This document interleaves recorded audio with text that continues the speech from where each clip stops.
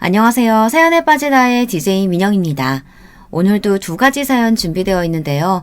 과연 어떤 사연이 우리를 기다리고 있을지 오늘의 첫 번째 사연 먼저 만나보겠습니다.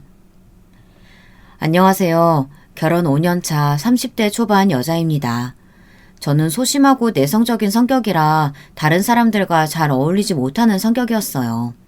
하지만 대학교 때 우연히 선배네 부모님 카페 일을 도와주게 됐는데 그때 카페 일이 너무 재밌어서 그 카페에서 아르바이트를 하게 됐습니다.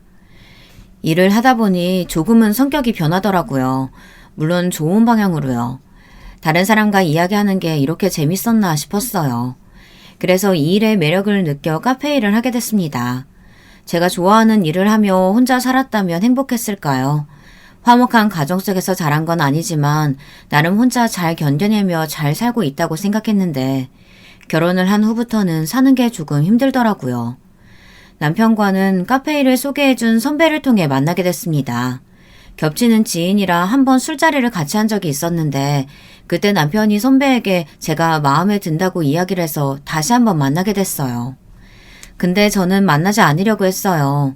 남편 첫인상이 그리 좋지는 않았거든요. 술자리에서 좀 제게 무례하게 대했거든요. 선배 부탁이 아니었으면 나가지도 않았을 겁니다. 그런데 알고 보니 남편도 그날을 제일 후회가 되는 순간이라고 하더라고요. 그날 제게 첫눈에 반해 말을 걸려고 했지만 제가 반응을 적게 하자 무리수를 뒀다고 했어요. 두 번째 만나는 날 남편이 먼저 그날에 대해 사과를 하더라고요. 그날 남편이 사과를 하지 않았더라면 다시 만날 일은 없었어요. 저는 그런 남편의 모습을 보고 어쩌면 괜찮은 사람일지도 모르겠다는 생각에 한 번 더 만났고 결국 연애를 하게 됐습니다. 몇 년을 사귀다가 남편이 먼저 결혼 이야기를 했고 저도 이 남자면 괜찮겠다 생각해서 결혼을 했습니다. 처음 시어머니께 인사를 드리러 갔는데 시어머니께서 마음에 들어하지 않으시더라고요. 혼자 지내고 대학은 졸업하지도 못했고 카페에서 일을 한다고 하니 그리 반갑게 맞이해 주시지는 않았어요. 그나마 다행인 건 제가 대학을 포기한 대신 일에 올인을 해서 돈을 꽤나 모아 어린 나이에 작은 카페를 열 수 있었거든요. 작지만 그래도 꽤나 손님들이 오는 곳이고 매출도 나쁘지 않은 곳인데 아가씨께서도 제 가게를 알더라고요. 엄마, 거기 완전 유명해. 나 저번에 가려고 했는데 못 갔잖아요. 대박. 그럼 언니, 나중에 나 놀러 가도 돼요? 네, 언제든 오세요. 아가씨가 그렇게 말해준 덕분에 조금은 풀어진 것 같았습니다. 그런데 이건 제 착각이었어요. 시어머니께서 이 결혼을 허락해준 이유가 따로 있었습니다. 시어머니는 제가 사장이니 계속 집에 있는 줄 알았나 봐요. 결혼을 하고 시어머니가 왜 이렇게 바쁘냐고 제게 한 소리를 하는 겁니다. 결혼 전엔 오픈부터 미들 마감까지 제가 다 했었거든요.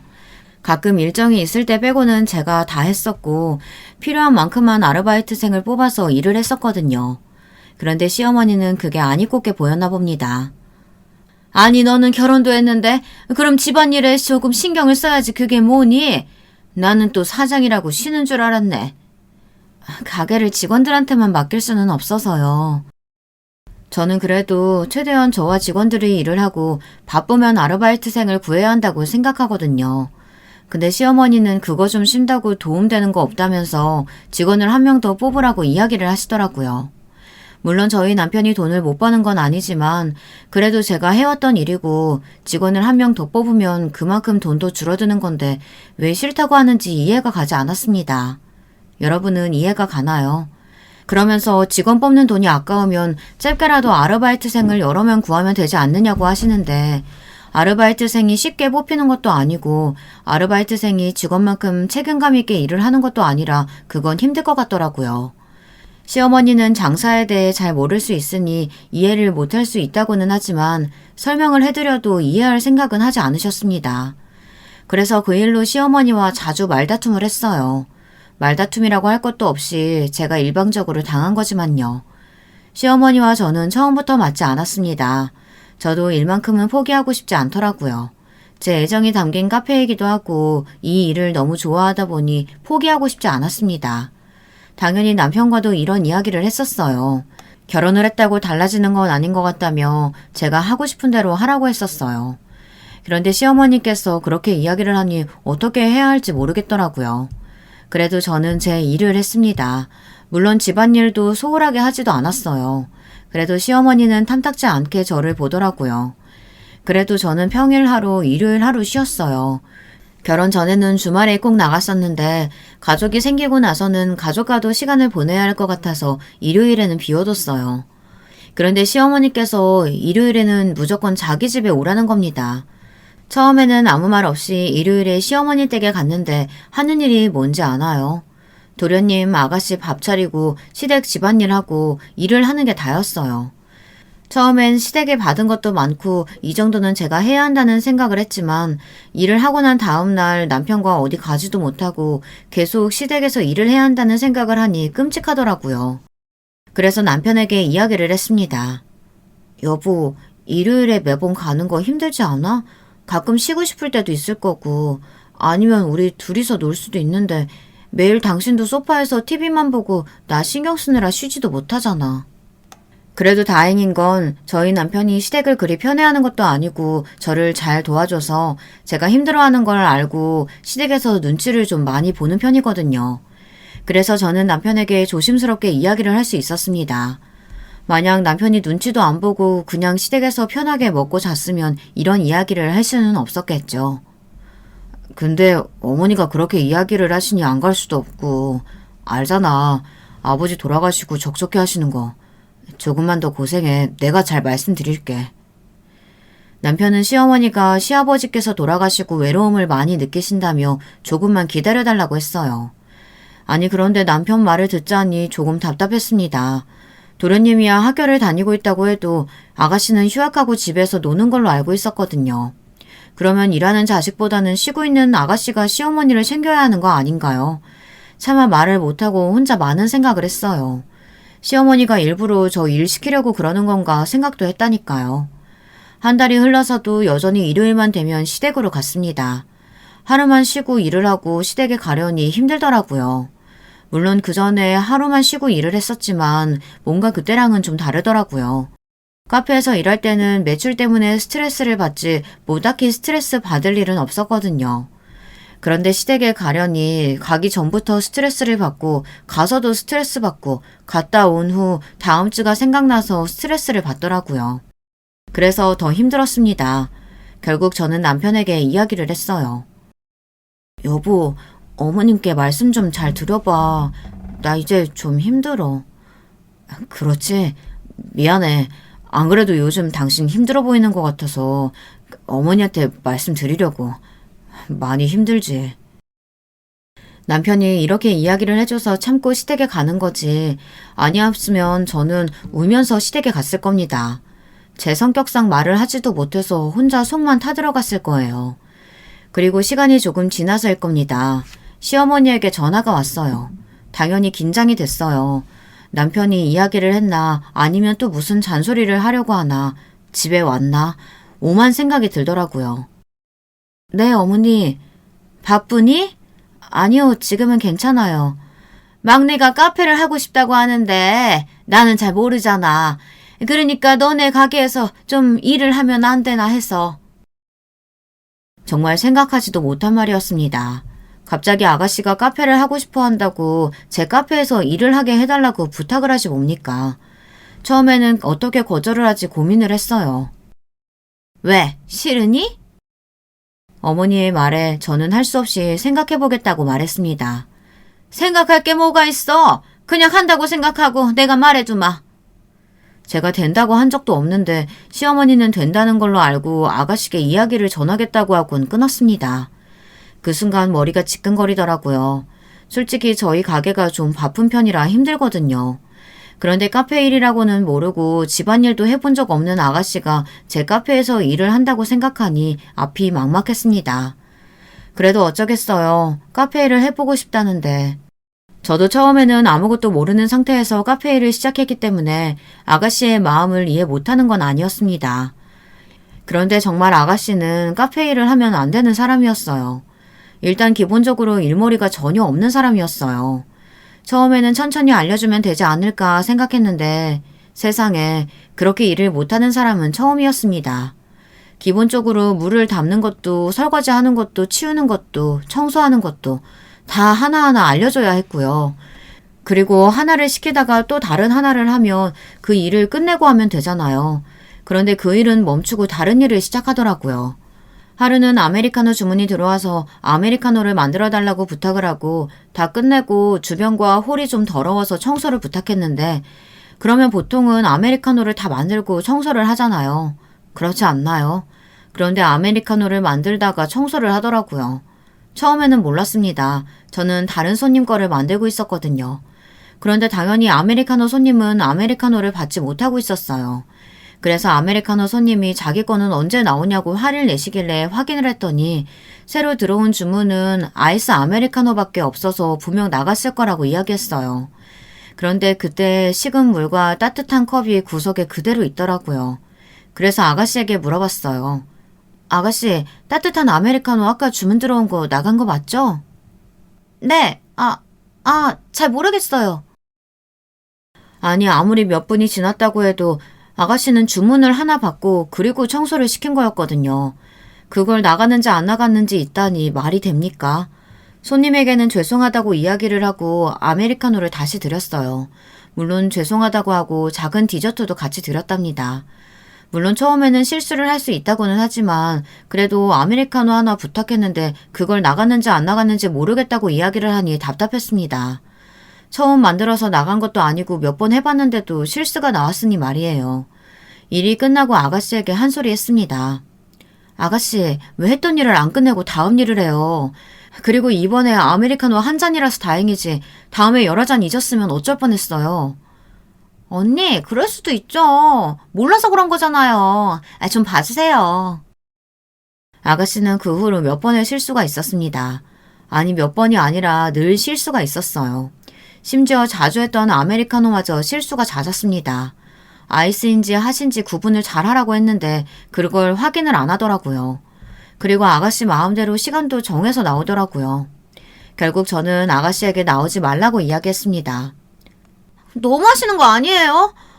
저 친구들이 놀러 오기로 했단 말이에요. 그럼 저 커피 뽑는 모습이라도 보여주고 그만두면 안 돼요? 아가씨의 말에 저는 할 말이 없었습니다. 결국 전 그냥 놀고 와서 커피만 뽑아서 만들어 가라고 했어요. 아가씨는 뭐가 좋다고 저에게 고맙다고 하고 가더라고요. 잘렸는데도 기분이 좋아 보였어요. 그날 시어머니에게 전화가 왔습니다. 너는 애가 실수 좀 했다고 잘라버려? 네? 아니 어머님, 한 달이나 됐는데도 실수가 너무 잦고 아가씨가 마음대로... 어머니는 제 말을 끊어버리고는 계속 잔소리를 했습니다. 아니 그렇다고 잘라? 네가 사장이다 이거냐? 사장이 너만 있는 줄 알아? 그게 아니고요 어머님. 됐다. 듣기 싫다. 시어머니는 성질을 내며 전화를 끊었습니다. 그날 저는 너무 찝찝해서 남편에게 하소연을 했고 남편은 아무 말 없이 제 말을 다 들어줬어요. 그래, 애가 일머리가 좀 없기는 해. 아휴, 언제 철이 들렸는지. 근데 여보, 어머니가 당신 평일에도 올 수 있으면 오라는데 오늘 통화했거든. 근데 그렇게 이야기를 하시네. 내가 피곤해서 힘들 수도 있다고는 이야기하기는 했는데 그래. 피곤하긴 한데 알겠어. 어머니한테 전화해보지 뭐. 그리고 그 다음날 시어머니에게 전화를 했습니다. 어머니는 아가씨 일 때문인지 단단히 화가 난 것 같더라고요. 결국 어머니의 화를 풀어주기 위해서는 시어머니의 말을 들을 수밖에 없었습니다. 일도 하고 아무 문제도 없는데 이렇게까지 시어머니의 말을 듣는 게 조금 이상한가요? 아니면 그냥 어쩔 수 없이 듣는구나 생각을 하시나요? 시어머니께서 집이랑 가구를 해주시지 않았다면 아마 말을 듣지 않았을 것 같아요. 시어머니는 저희들에게 좋은 집에서 살라고 돈도 보태주시고 가구도 좋은 걸로 해주셨어요. 물론 자기 아들 좋은 곳에서 살아야 한다고 해서 돈을 주시기는 했지만 그래도 저도 같이 살고 있는 입장이잖아요. 그래서 시어머니의 말을 들어줄 수밖에 없었습니다. 그렇잖아요. 해주신 게 크다 보니 거기에 맞게 저도 보답을 해드려야 되지 않겠어요. 가끔은 왜 받았을까, 안 받았으면 달라졌을까, 아무것도 받지 않았다면 시댁과 인연을 끊을 수 있었을까, 이런 생각을 하기는 하지만요. 결국 저는 하루 종일 일을 하는 사람이 되었어요. 아니, 오히려 카페 일을 하는 게 너무 좋았습니다. 시댁에 가면 이야기할 사람도 없고 가정부가 된 것 마냥 밥하고 청소하고 시어머니 심부름하고 저는 처음에 당연히 모든 시댁이 다 그러는 줄 알았어요. 다 저처럼 일을 하는 줄 알았습니다. 그런데 제 친구는 시댁에 가면 어머니가 쉬라고 제발 앉아있으라고 한다는 거예요. 저는 그 이야기를 듣고 제가 시댁살이를 하고 있다는 걸 알게 됐어요. 그래서 하루는 저희 집에 남편 친구와 남편이 집에 놀러와 술을 마시고 있는 거예요. 말도 없이 술자리를 하고 있어서 화가 났지만 화를 낼 겨를도 없이 어느새 저도 모르게 같이 술자리를 하고 있더라고요. 그리고는 남편 친구도 있는데 시어머니에 대한 이야기를 했습니다. 그리고 거기에다 아가씨 이야기도 하고 서운한 이야기는 다 했어요. 술 기운에 할 말 못할 말 다 했습니다. 그리고 곧장 방에 들어가서 씻고 누웠어요. 그런데 남편도 그때 술이 좀 들어갔는지 방에 들어와서는 화를 내는 겁니다. 당신 지금 뭐 하는 거야? 아무리 편하다고 해도 그렇지. 내 어머니고 내 동생인데 그런 식으로 이야기하면 좋겠어? 남편은 화가 나면 더 차분하게 이야기를 하는데 딱 방에 들어와서 소리를 깔고 이야기를 하더라고요. 그래서 남편이 단단히 화가 났다는 걸 알 수 있었습니다. 하지만 저도 술을 마시고 감정적으로 올라올 수밖에 없는 상황인지라 저도 참지는 않았어요. 아니 서운하잖아. 힘들어서 이야기하는데 왜 나는 그런 소리도 못해? 지금 내 친구도 있는데 그런 이야기를 하잖아. 그런 건 나중에 했어도 됐잖아. 그래 알겠어. 다음부터는 이런 말 안 할게. 아니 안 하는 게 문제가 아니잖아. 결혼 후 첫 부부싸움을 했습니다. 그것도 남편 친구가 듣고 있는 데서요. 남편에게도 미안했지만 남편 친구에게도 미안했어요. 기분 좋게 왔는데 제가 와서 분위기 다 망치고 부부싸움 하는 것만 보여줬잖아요. 그래서 저희 부부싸움이 풀리고 난 후 남편에게 친구 번호를 받아 직접 사과를 했습니다. 그 후로 몇 번 남편 친구가 저희 집에 놀러 왔어요. 저야 직장인보다는 늦게 일이 끝나니 늘 남편과 남편 친구는 조금 취해 있었고요. 그런데 여러분, 상상도 못할 일이 벌어졌습니다. 아니, 제게 이런 일이 일어날 줄 몰랐어요. 짧게만 말씀드릴게요. 이 이야기는 솔직히 필요가 없지만 제 인생의 가장 황당한 사건이라 빨리 말씀드리고 싶네요. 남편 친구와 그 후 몇 번 연락을 했어요. 그것도 그냥 오늘도 집에서 잘 놀다 간다, 덕분에 즐겁게 놀다 가요, 뭐 이런 이야기들 정도? 그런 연락을 했어요. 남편 친구는 저희 집에서 노는 게 재밌었는지 점점 저희 집에 자주 놀러 오더라고요. 뭐 저는 불편하지는 않았어요. 친구 한 명이 더 생기는 것 같은 기분이었어요. 그런데 어느 날 제가 쉬는 날 모처럼 시어머니께서 모임을 간다고 저는 일찍 집에서 쉬게 된 날이 있었어요. 그날 남편 친구가 여자친구와 헤어졌다는 겁니다. 그래서 남편은 밖에서 술을 마시고 온다고 했어요.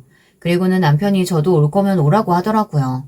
저도 할 것도 없고 모처럼 밖에서 술을 마시고 싶어서 약속 장소로 갔습니다. 그런데 남편은 일이 남아서 일을 더 하고 온다고 해서 남편 친구와 저와 둘이 있게 됐어요. 둘이 있어 본 적은 없지만 편해서 저는 괜찮았습니다.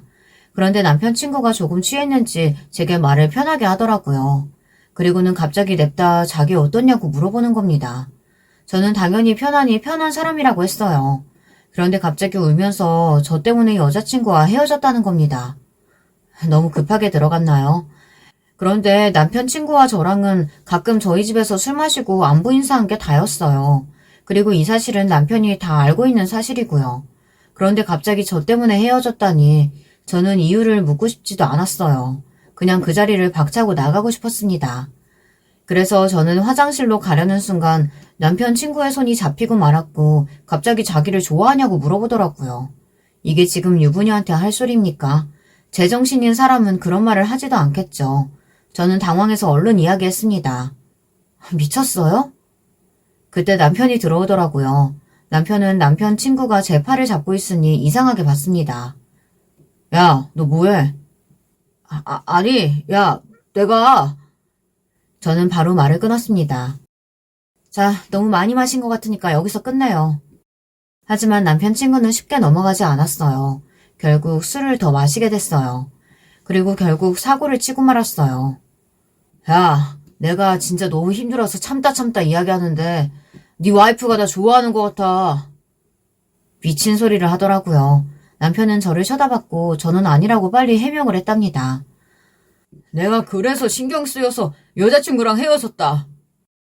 그러고는 또 울더라고요. 진짜 미친놈인 줄 알았어요. 그 이후로는 남편과 남편 친구는 만나지 않는 것 같더라고요. 저 같아도 제 친구가 남편이 신경 쓰여서 남자친구랑 헤어졌다고 하면 그 친구를 만나지 않을 것 같네요.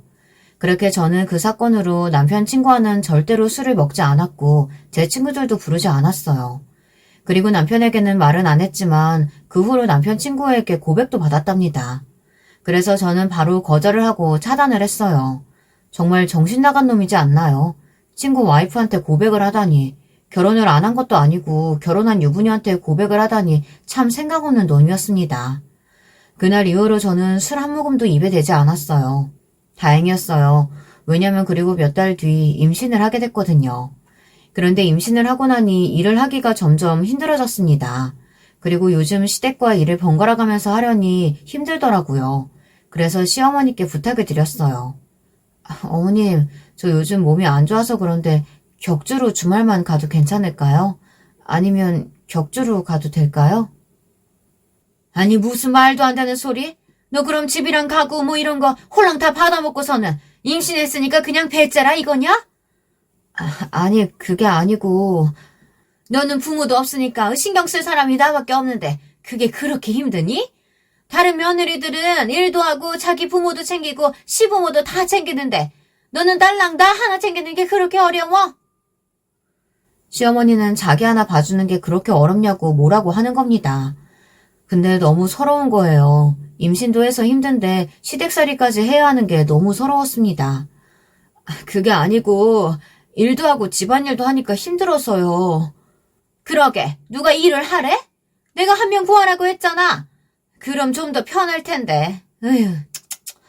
그리고 너는 왜 자꾸 말대답이야? 하여튼 못 배운 티가 난다니까. 아유 내 팔자야.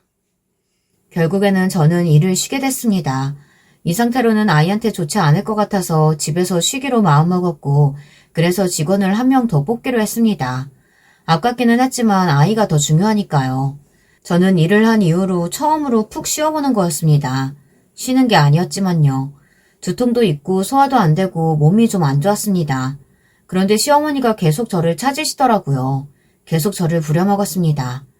그리고 어느 날 시어머니 생신 때 음식 준비를 하다가 지쳐서 남편 방에서 쉬려고 했는데 시어머니가 안방에서 아가씨와 제 욕을 하시고 계신 걸 들었습니다. 물론 일방적으로 시어머니께서 제 욕을 하고 아가씨는 들어주는 입장인 것 같았지만 저는 둘에게 실망을 했습니다. 시어머니께서 저를 싫어하는 이유가 따로 있기는 하더라고요. 아니 애가 싹싹한 맛도 없고 똑똑한 것 같지도 않고 그리고 지가 뭐 대단한 카페 사장이라도 되는 것 마냥 아주 잘난 척이나 하고 안 그러니? 뭐 그건 그런데 엄마는 새언니를 왜 그렇게 안 좋아해? 안 좋아하기는 솔직히 안 좋아하잖아. 맞잖아. 그럼 내가 왜 좋아해야 되니? 생긴 게 꼭 네 아빠랑 살았을 적 그 여시 같은 여자랑 닮아서 싫어. 하필 첫째는 골라와도 꼭 그런 여자를 골라와서는 그 양반 닮았어. 잘은 모르지만 시아버지한테 여자가 있었는지 그 사람을 닮아 싫어한다니 억울했습니다. 닮고 싶어서 닮은 것도 아니고 저는 그 여자가 아니잖아요. 그런 이유로 저를 싫어한다니 저도 더 이상 시어머니에게 예쁨을 받으려고 애를 쓰지 않기로 다짐했습니다. 그런데 시어머니야 그렇다 쳐도 갑자기 아가씨가 저를 무시하는 것 같은 느낌이 들었어요. 시댁에 갈 때마다 저를 하인 부리듯 막 부려먹는 거 아니겠어요? 시어머니야 어쩔 수 없다고 쳐도 아가씨한테까지 그런 취급을 받으니 조금 서럽더라고요. 하루는 계속 이것저것 막 시키더라고요. 안 그래도 배가 많이 부른 상태라 몸이 많이 힘든데 이것저것 많이 시키니 지치더라고요. 남편이 보고 그만 시키라고 할 정도였어요. 남편에게 이야기를 해봤자 괜히 좋아질 것 없다고 생각해서 말하지 않았는데 남편도 느끼고 있었나 봐요. 남편이 아가씨에게 적당히 하라고 혼을 내더라고요. 그런데 아가씨는 자기가 뭘 잘못했냐며 부탁을 할 수도 있는 거 아니냐며 말을 하는 겁니다. 솔직히 아가씨가 교묘하게 뭘 시키기는 했어요. 되게 사소한 걸 부탁해서 안 들어주자니 거절을 못하겠고 들어주자니 몸이 피곤하고 그런데 아가씨가 갑자기 이 정도도 못 들어주냐고 제게 물어보는 겁니다. 그래서 저는 솔직하게 이야기했어요. 들어줄 수는 있죠. 그런데 계속 이런 부탁하시면 힘들기는 하죠. 언니 너무해요. 언니 저 싫어하는 거 아니에요? 아니, 예전에 저랑 일했을 때도 좀 마음에 들지 않는 것 같았고, 제가 뭐 부탁하면 떨떠름한 표정으로 보고. 저 싫어하죠? 아니에요, 아가씨. 무슨 떼를 쓰는 초등학생인 줄 알았습니다. 다짜고짜 자기를 싫어하느냐고 물어보다니 자기가 한 행동은 생각도 못하고 그렇게 이야기를 해버리니 할 말이 없었어요. 그런데 순간 진짜 아가씨의 말대로 내가 너무 싫어했나 싶었어요. 그 이후로 계속 그런 이야기를 하길래 저도 모르게 아가씨에게 너무했나 싶기도 했다니까요. 저에게 부탁하는 횟수는 줄었지만 아가씨가 제게 섭섭하다고 이야기를 많이 했습니다. 나는 언니가 제 친언니 같아서 이것저것 부탁을 좀 한 건데 새언니가 싫다면 이제 안 할게요. 당당하던 아가씨는 갑자기 불쌍한 사람처럼 이야기를 하는 거예요. 그리고 더 짜증이 나는 건 그러면서 은근슬쩍 시어머니가 있을 때는 다 부려먹더라고요. 제가 만만한지 저를 가지고 노는 것 같은 기분이 들었습니다. 그래도 굳이 이야기해서 기분이 나빠질 거 그냥 넘어가자 생각했어요. 그런데 아이를 낳고 나서도 똑같이 대하는 거예요. 물론 더 나아질 거란 생각은 하지 않았지만 그래도 아이를 낳았으면 좀 다르게 대할 줄 알았어요. 육아도 힘들고 매출이 예전보다 조금 줄어서 스트레스가 많았는데 시어머니의 구박과 아가씨의 말 때문에 더 스트레스를 받았어요. 그래서 더는 못 참고 아가씨에게 한 소리 했답니다. 아가씨, 이제 아가씨 스스로 좀 해보세요. 제가 가정부도 아니고 이것저것 다 시키는 대로 할 수는 없을 것 같아요. 너무해요. 왜 저를 나쁜 사람으로 만들어요? 제가 언제 이것저것 시켰다고요? 아니나 다를까 아가씨는 또 제가 나쁜 사람이냐 몰아가더라고요. 제가 또 언제 나쁜 사람으로 만들었다고 그래요. 아가씨, 저도 이제 힘들어요. 조금 욱해서 저도 모르게 아가씨에게 소리를 쳤습니다. 그런데 그때 시어머니가 제 뺨을 때렸어요. 제가 그렇게 잘못을 했나요? 뺨을 맞을 정도로. 참다가 한 소리 한 건데 뺨을 맞을 정도로 잘못했다고 생각하지는 않거든요. 순간 놀라서 저는 시어머니를 쳐다봤습니다. 시어머니는 왜 내 자식한테 소리를 치냐고 막 뭐라고 하셨어요. 저는 그때 너무 충격적이어서 울먹거리며 말했습니다. 어머니, 저한테 왜 그러세요? 저도 힘들어요. 참고 참다가 이야기한 건데 제가 맞을 정도로 잘못했어요? 어머니도 아시잖아요. 아가씨가 저한테 많이 시키는 거. 그럼 당연히 해야지. 서운했니? 그럼 이 집에 왔으면 안 됐지. 부모도 없는 년 받아준 거 감사하게 생각해야지. 시어머니의 말에 저는 충격을 받았습니다. 하고 싶은 말이 너무 많았지만 저는 하지 않았어요. 이야기를 해봤자 제 이야기를 들어줄 생각도 하지 않으실 것 같고 그냥 변명한다고 생각을 할 것 같아 이야기를 하지 않았습니다. 그날 이후 시어머니의 구박은 더 심해졌어요. 남편에게 이야기를 했고 남편이 한 소리 했지만 그럴수록 시어머니의 구박은 더 심해졌습니다. 그래서 저는 한동안 나가지 않았어요. 그런데 안 나가니 편하긴 한데 괜히 마음이 찜찜하더라고요. 그래도 신경 쓰지 않으려고 노력했어요. 아이를 보느라 일을 할 수는 없지만 가끔 가게에 가면 맞이해주는 직원들과 이야기를 하며 힐링을 했어요. 그렇게 한 달을 시댁에 가지 않았습니다. 그런데 남편이 한 소리 하더라고요. 아무리 그래도 한 달은 너무한 거 아니냐고. 자기도 많이 기다려줬는데 언제까지 기다려줘야 하냐고 하더라고요. 남편도 시어머니에게 시달리고 있어서 힘들 거라고 생각은 했는데 더는 못 기다리겠나 본지 제게 이야기를 하더라고요. 남편을 봐서라도 가야겠다고 생각했습니다. 남편이 저한테 잘해주니 저도 참고 가야겠다고 생각을 한 거였어요. 아니면 절대 가지 않았을 겁니다. 오랜만에 가서 시어머니에게 한 소리 들을 거라 생각을 했는데 아무 소리 하지 않고 그냥 평소처럼 요리시키고 청소시키고 설거지 시키려고 하더라고요. 그렇게 몇 개월 동안 했습니다. 시댁에 가는 횟수는 줄었고 일하는 강도가 조금씩 올라갔어요. 하지만 또 거기서 뭐라고 했다가는 더 큰 소리를 들을 것 같아 묵묵히 일했답니다. 그런데 정말 너무하지 않나요? 시댁에 일을 하러 온 것 같잖아요. 하루는 시어머니께서 모임에 간다고 갔다가 친구들이 집에 올 수도 있으니 맛있는 음식을 준비하라는 겁니다. 그리고는 화장실 청소까지 부탁하더라고요. 저는 그걸 또 들어줬습니다. 아이는 울고 있지 청소는 해야 하지. 심지어 그때는 아르바이트생이 배달 실수를 해서 정신이 없었는데 어찌어찌 끝을 냈어요. 그런데 열받는 건 뭔지 아시나요? 그리고는 어머니 친구는 오지 않았습니다. 정말 너무하지 않나요? 그리고 또 하나의 사건이 터지게 됩니다. 도련님이 결혼을 한다고 여자친구를 데려온다고 하더라고요. 그래서 그날도 음식 준비하느라 바빴어요. 이제 어머니는 저를 있는 사람 취급을 해주지 않았어요. 저는 익숙했습니다. 그냥 이 시간이 빨리 지나가길 빌었어요. 그런데 더 싫은 건 도련님 여자친구가 의사라고 하더라고요. 의사, 괜찮아요. 제가 싫었던 건 시어머니의 구박이었어요. 병원장 딸이라며 자기도 이제 인생 폈다며 드디어 자기도 제대로 된 며느리를 보게 됐다며 했던 이야기를 또 하며 모든 사람에게 전화를 돌리더라고요. 그런 말은 너무 많이 들어서 이제는 상처도 되지 않았어요. 그냥 지칠 뿐이었어요. 의사라는 말을 듣고 참 비교 많이 당하겠다 생각했지요. 동서가 생겨서 좋기는 하지만 시어머니와 아가씨 같은 사람이라면 더 힘들어지잖아요. 저는 좋은 사람이길 빌었습니다. 그리고 동서가 첫 인사를 하러 왔어요. 예쁘고 착해 보였어요. 저는 동서의 첫인상을 보고 조금은 안심했습니다. 첫인상과 다를 수는 있지만 일단 굉장히 선해 보이는 사람이었거든요. 시댁 식구들은 동서와 웃으며 이야기를 하고 있었습니다. 남편은 저를 도와주려고 했지만 저는 괜찮다고 했어요. 막 바쁘게 움직이고 있을 때 갑자기 동서가 제 이야기를 하더라고요. 어머님, 저분은... 아, 전혀는 파출부나 다름없어. 신경 쓰지 마. 대놓고 조롱을 하자 저는 손이 떨렸습니다. 너무 화가 났어요. 어떤 말을 들어도 괜찮았고 이제는 무슨 이야기를 해도 괜찮을 거라 생각했는데 아니었어요. 참고 참다가 저도 모르게 터져버렸어요. 순간 앞이 핑 돌면서 아무 생각도 나지 않았습니다. 그런데도 시댁 식구들은 웃으며 이야기를 하더라고요. 눈치를 보는 건 남편과 동서뿐이었어요. 어머니!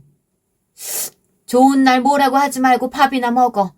여기 고기 좀 더 주렴. 저는 눈물을 참고 고기를 더 주러 갔습니다.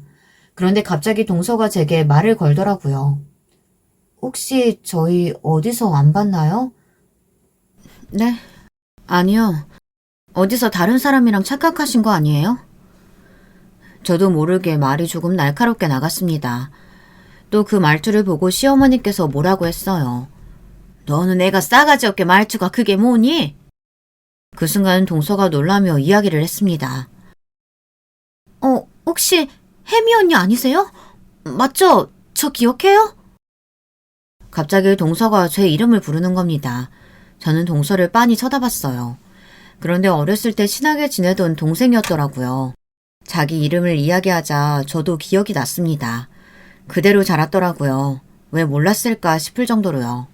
그리고는 시어머니가 당황하며 물어봤어요. 어떻게 하니? 아버지가 예전에 언니 아버지 밑에서 일을 했었거든요. 그래서 어렸을 때 자주 만나서 놀았어요. 뭐? 언니 고아 아니야? 네? 형님 무슨 말을 그렇게 하세요? 저기 삼성병원 아시죠? 거기서 일하고 계신데요? 동서의 말을 듣고 시댁 식구들 모두 놀라 뒤로 자빠졌습니다. 남편도 몰랐던 사실이라 저를 쳐다봤어요. 아가씨 남자친구도 계셨는데 그분은 재미있다며 흥미롭게 지켜보더라고요. 시어머니는 당황하면서 저에게 물었습니다. 저는 그냥 사연이 있어서 가족과 인연을 끊었다고 이야기를 했습니다. 저는 앞에서 제가 화목한 가정은 아니라고 했던 말 기억하시나요? 저희 가정은 화목하지는 않았어요. 저희 아버지는 굉장히 큰 병원을 운영하고 있었고 저희 어머니는 꽤 괜찮은 집안에서 태어나 아버지와 선을 보고 결혼을 해 저를 낳게 되었습니다. 그런데 둘은 조건만 받지 맞지는 않았던 것 같아요. 싸우지도 않았어요. 그냥 둘이 말이 없었습니다. 서로 남보다 못한 존재였어요. 그래서 저는 부모님에 대한 사랑을 받아보지도 못했어요. 어렸을 땐 당연하다고 생각했었는데 동서의 부모님을 보고 다르다는 걸 느꼈어요. 동선의 부모님이 자주 놀러 오셔서 동서와 자주 놀았었는데 그때마다 동선의 부모님께서 저를 잘 챙겨줬고 굉장히 화목해 보이더라고요. 저희 집이 화목하지 않다는 걸 안 순간부터 매일 부모님이 달라졌으면 좋겠다고 소원을 빌었어요. 하지만 달라지겠어요. 오히려 더 사이가 안 좋아졌습니다. 아버지가 자기는 작은 병원을 열어 혼자 일하고 싶다고 이야기를 하더라고요. 어머니는 안 된다고 그러면 이혼이라고 이야기를 했고 어린 나이부터 저는 부모님의 이혼을 걱정했습니다. 하지만 결국 부모님은 이혼을 하고 말았어요. 뭐 이혼만 했으면 부모님과 인연을 끊고 살지는 않았을 거예요. 솔직히 집안 형편은 괜찮았으니 제가 인연을 끊으면 손해라고 생각을 했거든요. 안 그런가요? 제가 인연을 끊는 데에는 한 가지 사건이 있었습니다. 아버지의 재혼이었어요. 아버지가 재혼을 했는데 어머니와 이혼 소송을 하기 전부터 만나고 있던 사람이었어요. 왜냐면 종종 그 여자 때문에 부모님이 싸우는 걸 봤거든요. 심지어 새어머니라는 사람은 저희 집에도 종종 왔습니다. 왜냐면 아버지 후배의 아내였거든요. 그래서 종종 저희 집에 와서 밥을 먹었어요. 둘이 눈이 맞아서 이혼을 했는지 아니면 다른 이유가 더 있는지는 모르겠지만 어쨌든 이혼을 하고 그 여자를 집에 들였어요. 새어머니에게는 아들이 한 명 더 있었는데 저보다 나이가 많았어요. 처음에는 아버지의 재혼 소식에 힘들어했어요. 이혼도 힘든데 재혼이라니. 그런데 새어머니가 재혼 전 저에게 친딸처럼 아주 예뻐해 주더라고요. 그래서 저도 마음의 문을 열었습니다. 어머니의 사랑을 못 받아온 아이가 새로운 사람에게 사랑을 받으니 친어머니보다 좋다고 느끼지 않겠어요. 솔직히 친어머니보다 좋았습니다.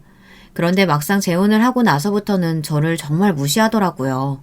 아버지가 계실 때는 조금 잘해주다가도 안 계실 때는 철저하게 무시를 했습니다. 이제 막 고등학생이 된 저는 견딜 수가 없었어요. 갑자기 한순간 사람이 변하니 믿기지 않았습니다. 그리고 시간이 지나고는 한 번씩 혼이 나야 한다며 저를 때리기도 했어요. 참다가 저는 아버지에게 이야기를 했어요. 그런데 아버지는 그런 거짓말하면 안 된다고 이야기를 하더라고요. 심지어 맞은 자국을 보여줬는데도 아버지는 믿지 않으셨습니다. 혼이 날만 하니 혼났을 거라고 그런 식으로 새어머니를 몰아붙이면 기분이 좋냐고 이야기하더라고요. 그리고 저 빼고 세 가족이 화목하게 지내는 모습을 보니 저는 더 이상 낄 틈이 없다고 느꼈어요. 그래서 저는 대학에 들어가자마자 가족들과 인연을 끊었습니다. 학교는 어머니가 돈을 대주셨고 또 어렸을 때부터 모아둔 돈이 있어 그걸로 어느 정도 생활을 했었는데 어머니도 다른 사람과 재혼을 하고 난 뒤로는 저를 챙기지 않으셨어요. 그래서 어머니와도 인연을 끊게 됐습니다. 그리고 저는 힘들어하다가 선배를 만나 카페에서 일을 하게 됐고 그러면서 카페에서 일을 하는 게 저에게는 큰 힘이 되어 학교도 그만두고 카페 일에 매진하게 되었던 겁니다. 그리고 남편을 만나 결혼을 하게 되었어요. 저희 아버지 병원이 꽤나 유명한데 그 이야기를 듣자 시어머니는 당황하더라고요. 그 이야기를 듣고는 시어머니의 행동이 조금 달라지기 시작하더라고요. 일을 하려고 하니까 일도 하고 왔는데 피곤할 거라고 쉬라고 하더라고요. 그래도 아가씨는 시종일관 저에게 일을 시켰습니다. 그런데 시어머니가 아가씨를 때리면서 앞으로 저에게 일을 시키지 말라고 하더라고요.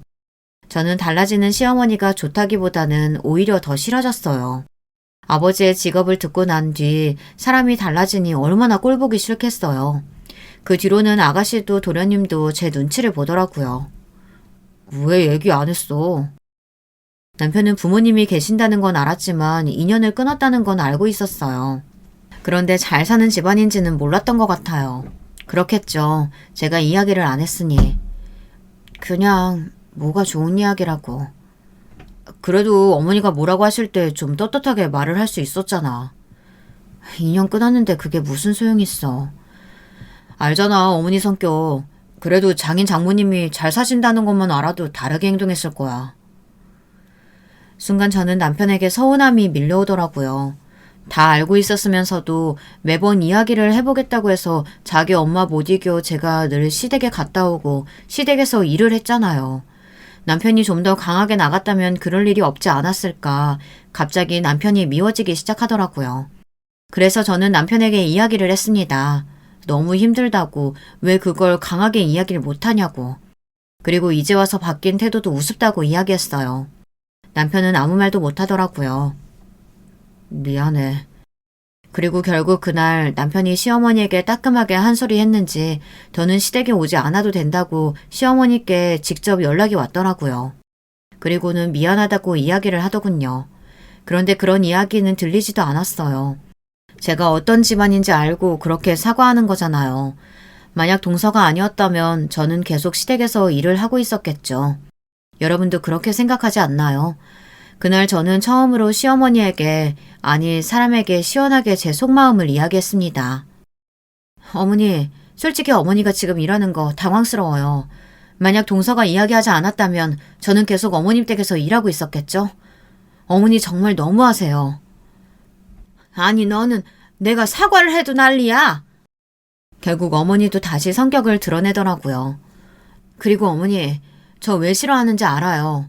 그런데 닮았다고 싫어하는 건 아니지 않아요? 뭐 물론 고아에다가 학교도 못 나와서 싫어하셨겠죠.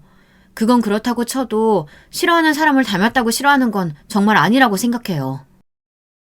저도 이제는 시어머니의 눈치를 보고 싶지 않았어요. 솔직히 제가 돈이 없는 것도 아니고 제가 일도 열심히 하고 잘 벌고 있었고 그리고 몇 년 동안 시어머니에게 돌려줄 돈도 모으고 있었거든요. 그래서 저는 떳떳했습니다. 시어머니가 가구와 집 이야기를 하면 저는 당장이라도 시어머니에게 돈을 줄 수 있었거든요. 그런데 딱 그게 이때다 싶어 시어머니에게 이야기를 했습니다. 그리고 어머니, 집은 정말 감사해요. 그런데 말인데요. 제가 돈을 좀 많이 모았거든요. 돈 보내드릴게요. 그리고 저 다시는 안 부르셨으면 좋겠어요. 무슨 이유에선지 저는 시어머니에게 그런 소리를 했고 심장이 벌렁거렸지만 속이 뻥 뚫린 것처럼 시원했습니다. 이건 남편과도 상의가 된 거였어요. 다시 한 번 더 시어머니가 뭐라고 하면 다시는 보지 않겠다고 이야기를 했어요. 처음에 남편은 그건 아니라고 말을 하다가 이때껏 겪어온 일들을 보고는 한숨을 쉬며 알겠다고 하더라고요. 그래서 저는 시어머니와 통화를 하면서 더는 보면 안 될 것 같다는 생각에 그렇게 이야기를 했습니다. 그래서 시댁 식구들과 보지 않았어요. 물론 동서는 자주 봤어요. 솔직히 동서라고 하는 것이 어색할 만큼 언니 동생으로 잘 지내고 있습니다. 그리고 동서도 한 성격해서 그런지 시어머니에게 당하고 있지만은 않더라고요. 동서에게도 쉬는 날 시댁으로 오라고 했다지 뭡니까. 몇 번 갔다는데 물론 거기서 저만큼 시키지는 않았지만 시댁에 있는 것만 해도 불편하잖아요. 그래서 동서가 시어머니에게 바쁘고 힘들어서 못 갈 것 같다고 이야기를 했다는 겁니다. 저도 처음부터 그랬어야 했는데 지불해주시는 바람에 계속 바보같이 살았으니 그래도 이제는 편하게 살 수 있어서 다행이죠. 덕분에 저는 일도 다시 즐겁게 나갈 수 있게 됐고 아이도 시어머니에게 안 맡기고 어린이집에 보내 좀 더 눈치를 안 볼 수 있게 됐어요. 삶이 아주 편해졌습니다. 그리고 동서가 오고 얼마 뒤 아버지가 제 소식을 들었나 봅니다. 아버지 번호로 전화가 왔어요. 저는 번호를 바꿔서 아버지는 몰랐을 건데 아마도 동서가 주지 않았나 싶었어요. 저는 당연히 아버지의 번호를 알고 있으니 아버지라는 걸 알았어요. 그래도 아버지니까 전화를 받았죠. 저는 당연히 아버지가 저에게 욕을 할 줄 알았습니다. 그런데 잘 지내고 있냐고 물어보는 거예요. 그리고 결혼 소식 들었다고 왜 부르지 않았냐고 하는데 순간 눈물이 나더라고요. 그래도 부모님은 부모님인가 봅니다. 결국 저는 아버지와는 다시 연락을 하게 되었어요. 동서 덕에 시어머니와 인연을 끊을 수 있었고 아버지와 다시 연락을 할 수 있게 돼서 참 고맙더라고요. 사람이 죽으라는 법은 없나 봅니다. 다시 이렇게 잘 살 수 있게 돼서 얼마나 다행인지 모르겠네요. 물론 혼자 지냈다면 더 재미있을 거라는 생각을 하기는 하는데 그래도 제 가족도 생기고 다시 가족도 찾을 수 있어서 참 다행이네요. 가끔은 시어머니와 괜히 연을 끊었나 생각이 들어요. 사람이 좀 달라지면 다시 아버지처럼 인연이 생길까요? 어떻게 생각하시나요? 여러분도 저처럼 가족과 인연을 끊었다가 만났다가 한 경험이 있으신가요? 그럼 제 이야기 들어주셔서 감사합니다. 좋은 하루 보내세요. 여러분, 두 번째 사연 시작하기 전에 좋아요, 구독 꼭 눌러주실 거죠? 그럼 두 번째 사연 바로 시작합니다. 안녕하세요. 저는 지방 사는 40대 후반 여자입니다. 평소에 유튜브 사연을 자주 듣는 편인데 저한테도 이런 일이 생길 줄 전혀 몰랐어요. 나와는 다른 일이라고 생각했는데 놀랍게도 저에게도, 이 평범한 저에게도 이런 날이 오네요. 제 사연은 바로 남편과 시댁 그리고 우리 친정에 관한 사연입니다. 평소에 드라마에서나 혹은 친구들과 모임에서 그리고 이렇게 사연을 통해 웃기고 감동적인 혹은 저조차도 어이없는 얘기를 많이 들을 수 있었는데요. 아마 대한민국 며느리라면 다 고부 갈등이 있을 거고 그 정도의 차이지 아예 없는 분을 찾아보기 힘들죠. 물론 간혹 우리 시부모님, 며느리는 괜찮다고 하실 수 있는데 그런 경우는 어느 한쪽이 참고 있거나 혹은 전생에 나라를 구해서 복을 받은 거라고 보면 되겠네요. 물론 예전처럼 시어머니들이 대놓고 시집살이를 시키는 건 많이 사라졌다고 하고 반대로 며느리가 무서운 시어머니도 참 많죠. 무튼 오늘 제 사연은 사이다도 있고 감동도 있습니다.